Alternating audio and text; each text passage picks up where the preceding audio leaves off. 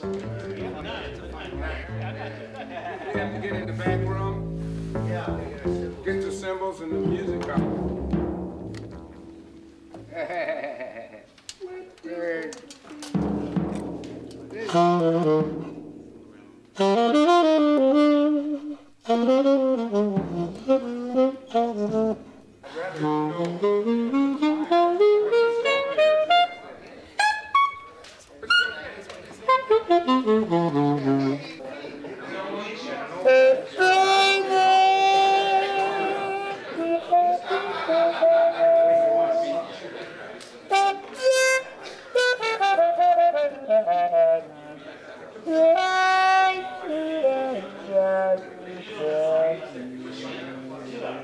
Laid. Yeah, laid in. I want to tore it apart, baby. Yeah? Yes, sir. Still doing that? Yeah. Still hanging out? Yes, baby. You and Clifford Jordan. You can't help it. You know Phil, yeah? Hey, you and Clifford. Born to Bob. Yeah, but you hang. I don't know. You don't know Claude to send there? For it too, man. That's something. You don't know Claude? Claude to send there?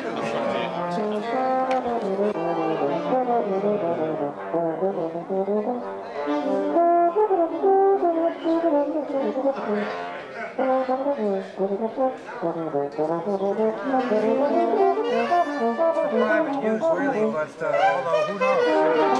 There's some great moments in the eulogy video. I mean, the different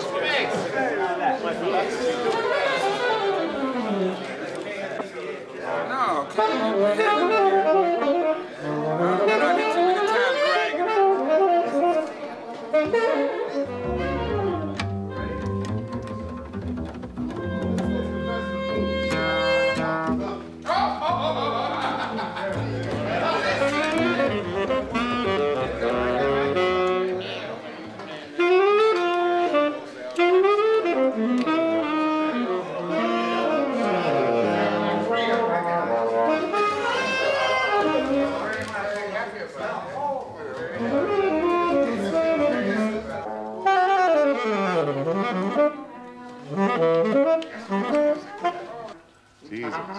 Okay. And Hootie, you got a chorus in front. Four in front. The whole chorus in front. And the band's gonna be playing some stuff behind you. And don't mind them. All right. Okay. From letter A. 1, 2, 3, 4.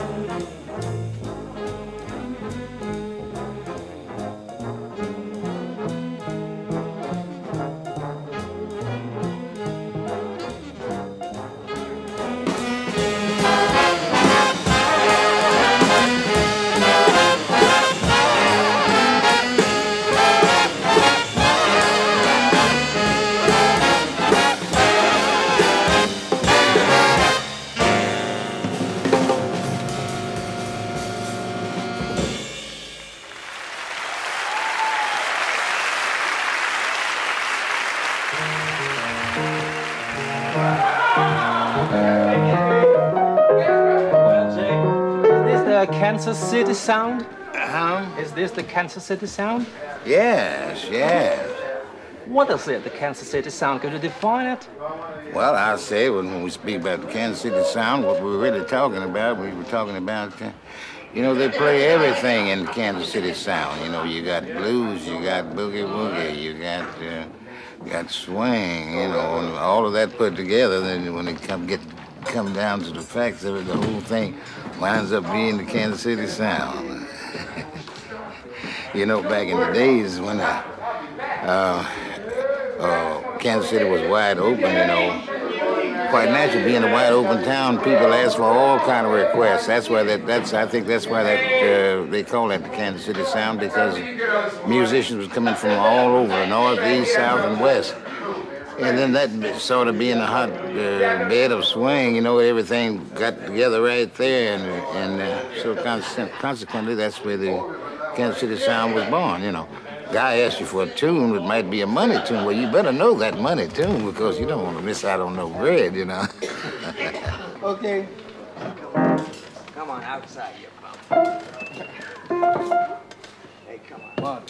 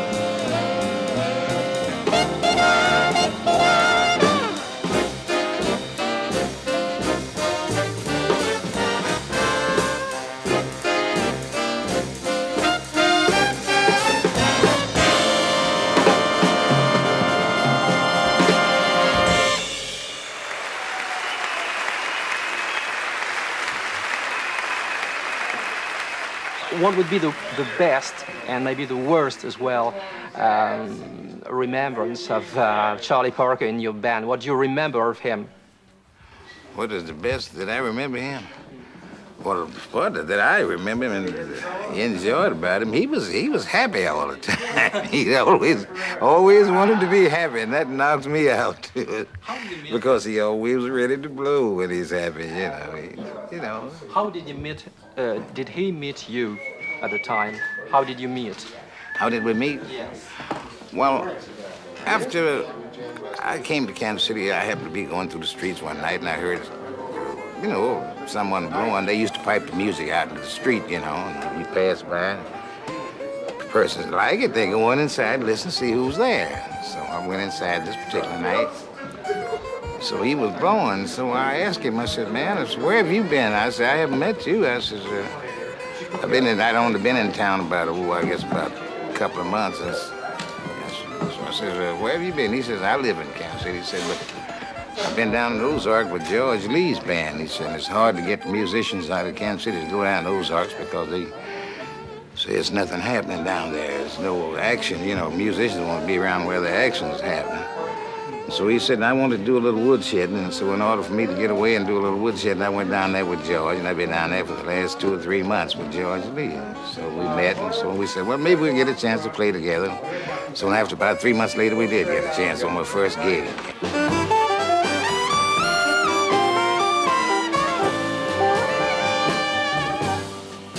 Folks, back in the early 30s, there was a man by the name of Walter Brown. He used to play in a band with a man by the name of Big Dame McShann, along with Charlie Parker. Back in those days, especially black folks, they always thought if they smoked proper things would be better. Didn't make any difference anyway, they had soul to their sound. So they came out to Hollywood to be the first black on film, and they got real proper. They went like this. Well, bunny, don't you want a man like me? Hey, hey, hey, bunny, don't you want a man like me?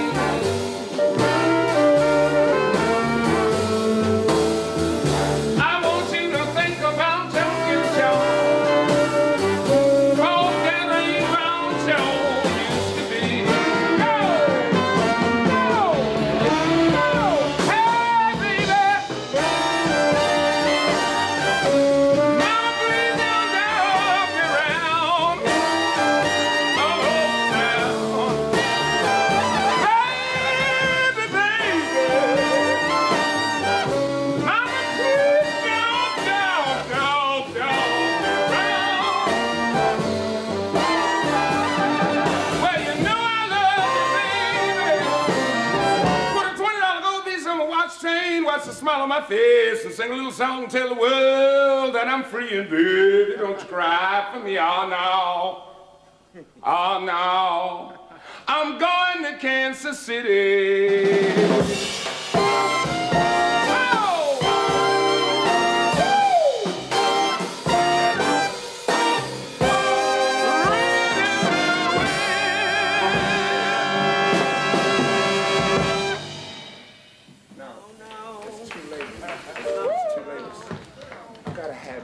I gotta have it because it's got it. I gotta have it.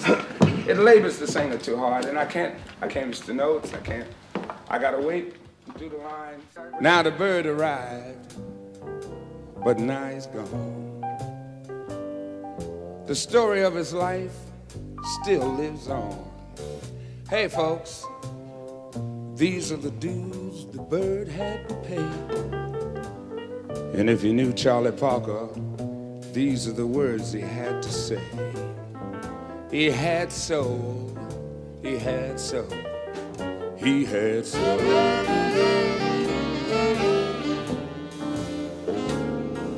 I'm feeling low down blue, heart's full of sorrow. I hardly know what to do, and where am I gonna be tomorrow? Going to Kansas City, going to Kansas City. No, you can't go there, I can't take you with me. Sorry that I can't take you. When you see me coming, raise your window high. When you see me passing, baby, hang your head and cry. I'm afraid there's nothing in this screaming, creamy town a honky-tonkin' woman can do. So long, everybody. I'm afraid the time has come that I may never see your smiling face again. Make a promise to remember like a Christmas day in December, all through the end, through thick and thin. Charlie Parker was your friend. Don't hang your head when you see those 6 beautiful horses pulling me. Put a $20 gold piece on my watch chain, watch the smile on my face, sing a little song, tell the world that I'm free. Baby, let me hold your hand. Try to make you understand. Ooh-wee, baby. But you got to let me hold your hand. Well, you know I love you, darling, and everything will sure be grand.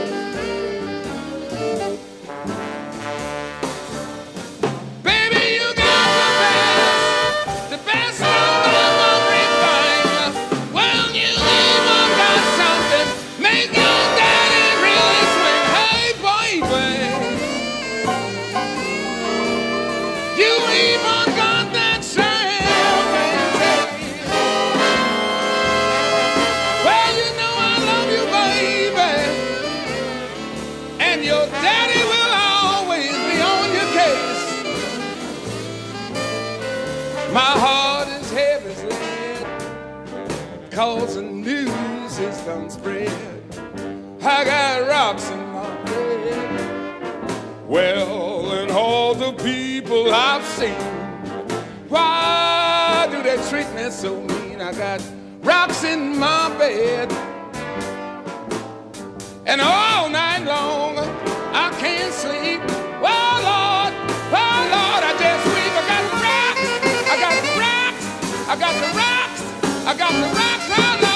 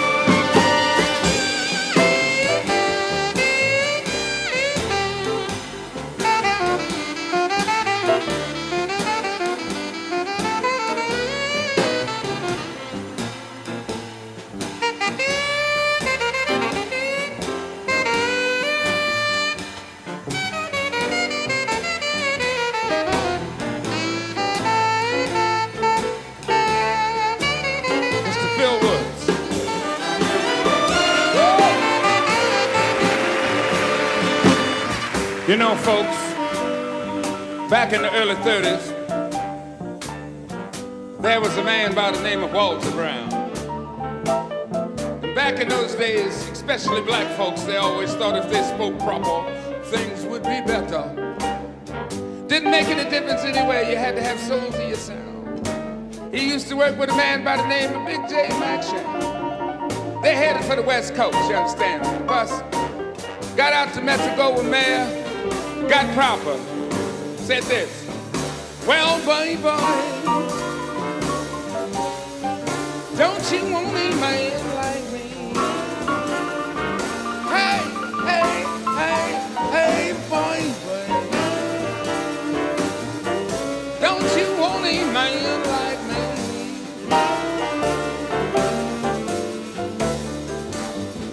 I want you to think about future. Forgetting bone show used to be. Hey, baby, mama, please don't dog me round.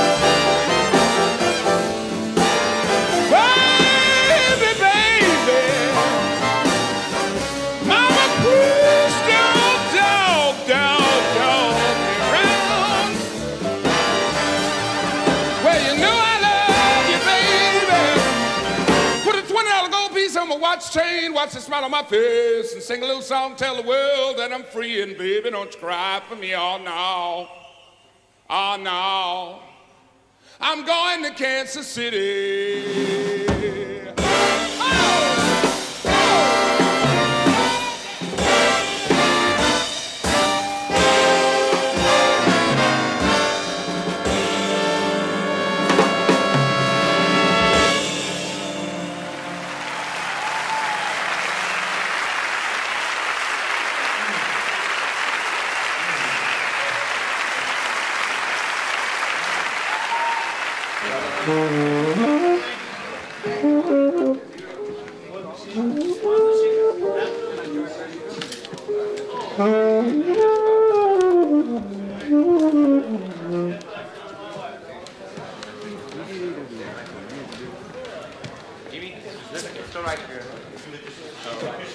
Here?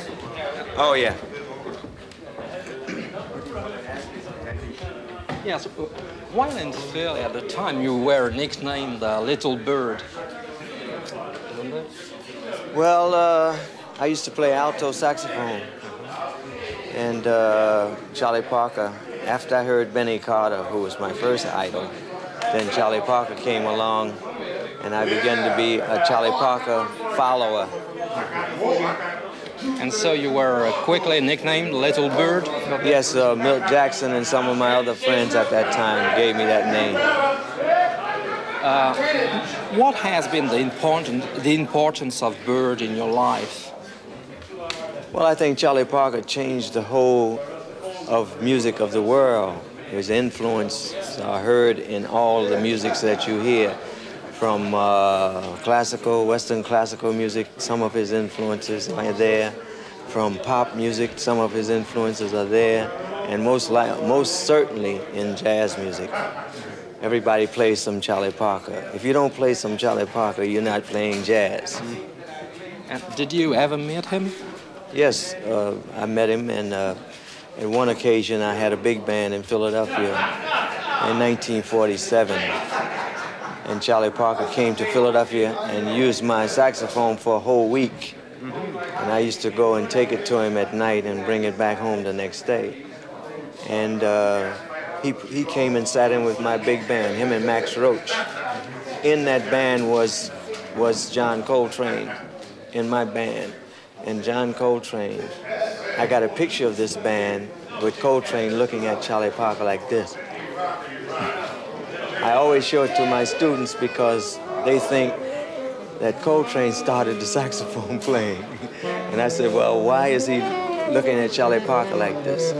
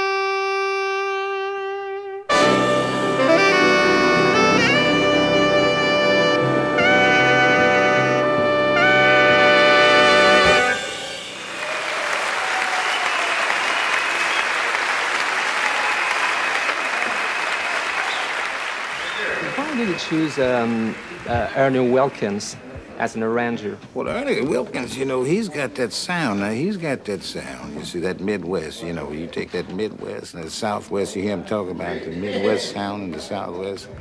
Ernie Wilkins got that. See, Ernie Wilkins, he's right from there. You take he and Clark, they right there from St. Louis, you know. And then he had a lot of experience right around there with Jeter Pillar's band. See, Jeter Pillar's, that's going back a few days, you know. He was associated with Count Basie, too, with the Count Basie sound. Right, also with the Basie, then he wrote for Basie, you know. And when you sum it up, that's, there it is, right there. Right back again, facing us again. 2 trombones here, 2 trombones. Very hard parts there, very difficult. Yeah, I see.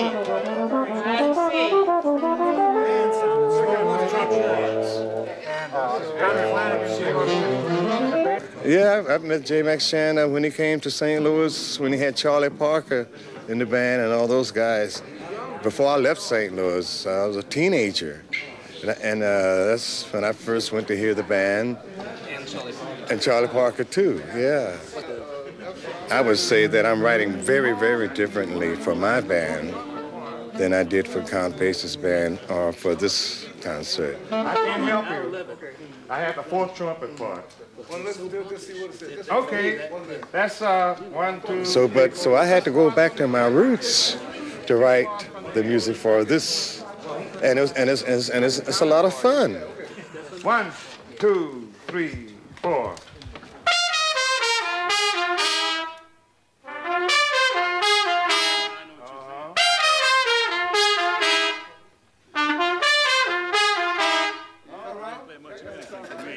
Yeah, that's okay. It's okay. I thought it was unison. As far as telling you what is the Kansas City sound, it is, well, very different from Chicago and New York, and I think it was like more of a free swinging sound, very blues oriented. If you know, of course, very much into the blues. And most of the music that they played were, even with a big band, several horns, were improvised, not written music. That's another thing that was different about the Kansas City sound, that very little of the music was written like this music is written. They just, the band, each different members of the band would start playing something, and other musicians would follow. And we call them head arrangements because everything came out of the head, not written music like this.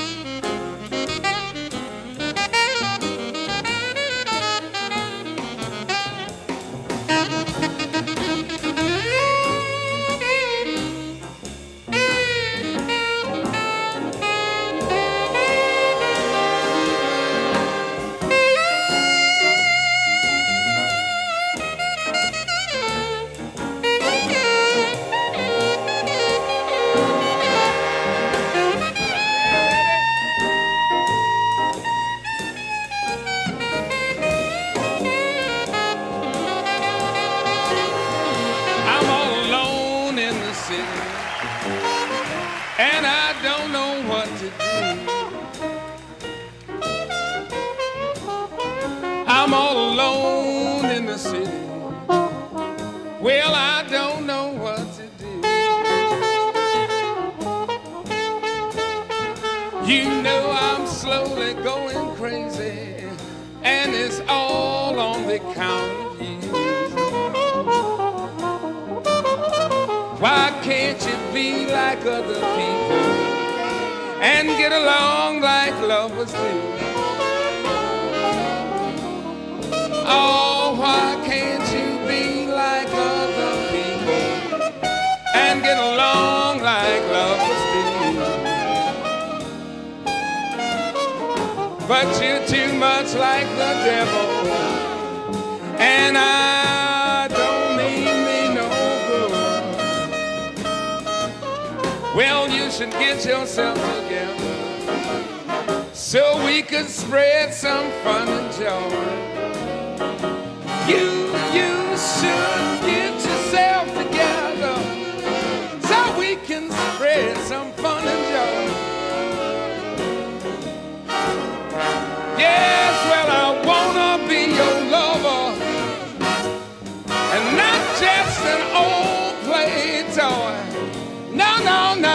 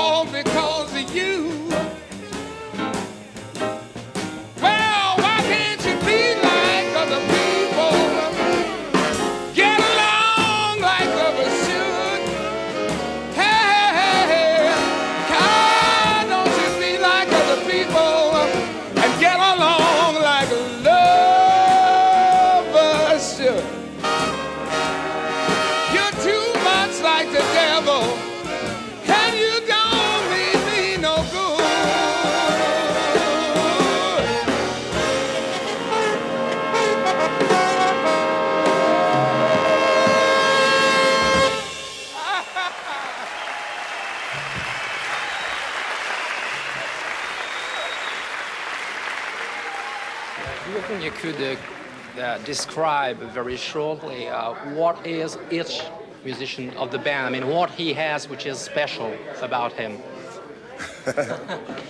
Well, I'm going to start with Mr. Carter. Benny Carter is like a god to me, and he's been that to me ever since I was very young. And he is very special because he is a very creative musician, and he set a style. He's one of the first of the great arrangers, you know, along with Duke Ellington. And he's still, at his age, he is still a very wonderful saxophone player and composer and arranger. And the older he gets, the better he gets. And that's what amazes me. And then Clark Terry, a complete individualistic musician with his own style and own way of playing.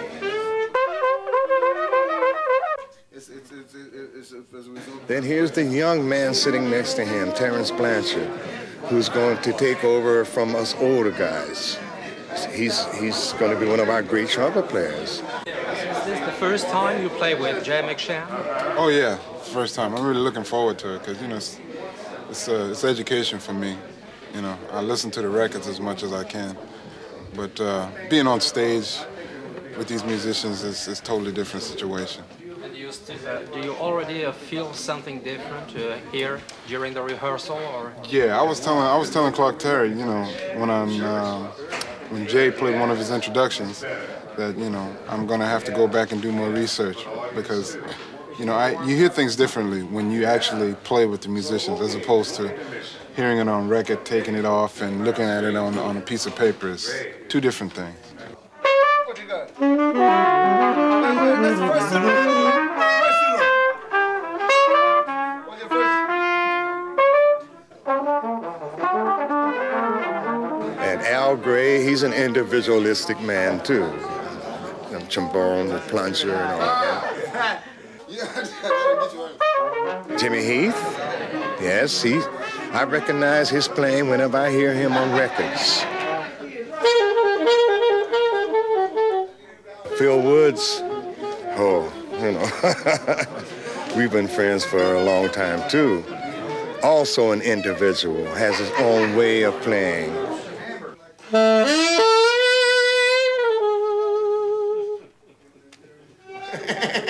Paid the rent for many years. And Jay McShann, well, what can I say about him, you know? You know, my time has been so long since I had a pretty seat. Well, I'm doing all right. Found me a Cupid dog. Well, I'm doing all right. Want to change the roof? Found me a Cupid dog. Well, she lives I'll tell you, today, there's no piano player in the world that can play the blues like Jay McShann. Not alive. Jay McShann. Jay McShann.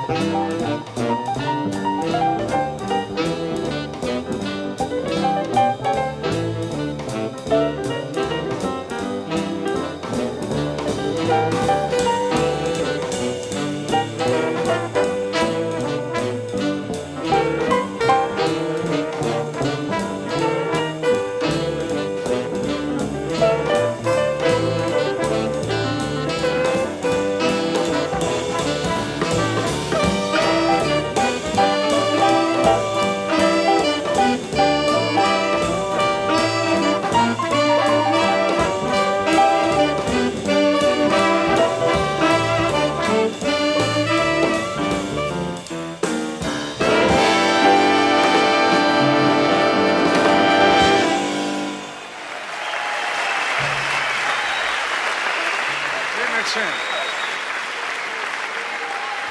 Thank you.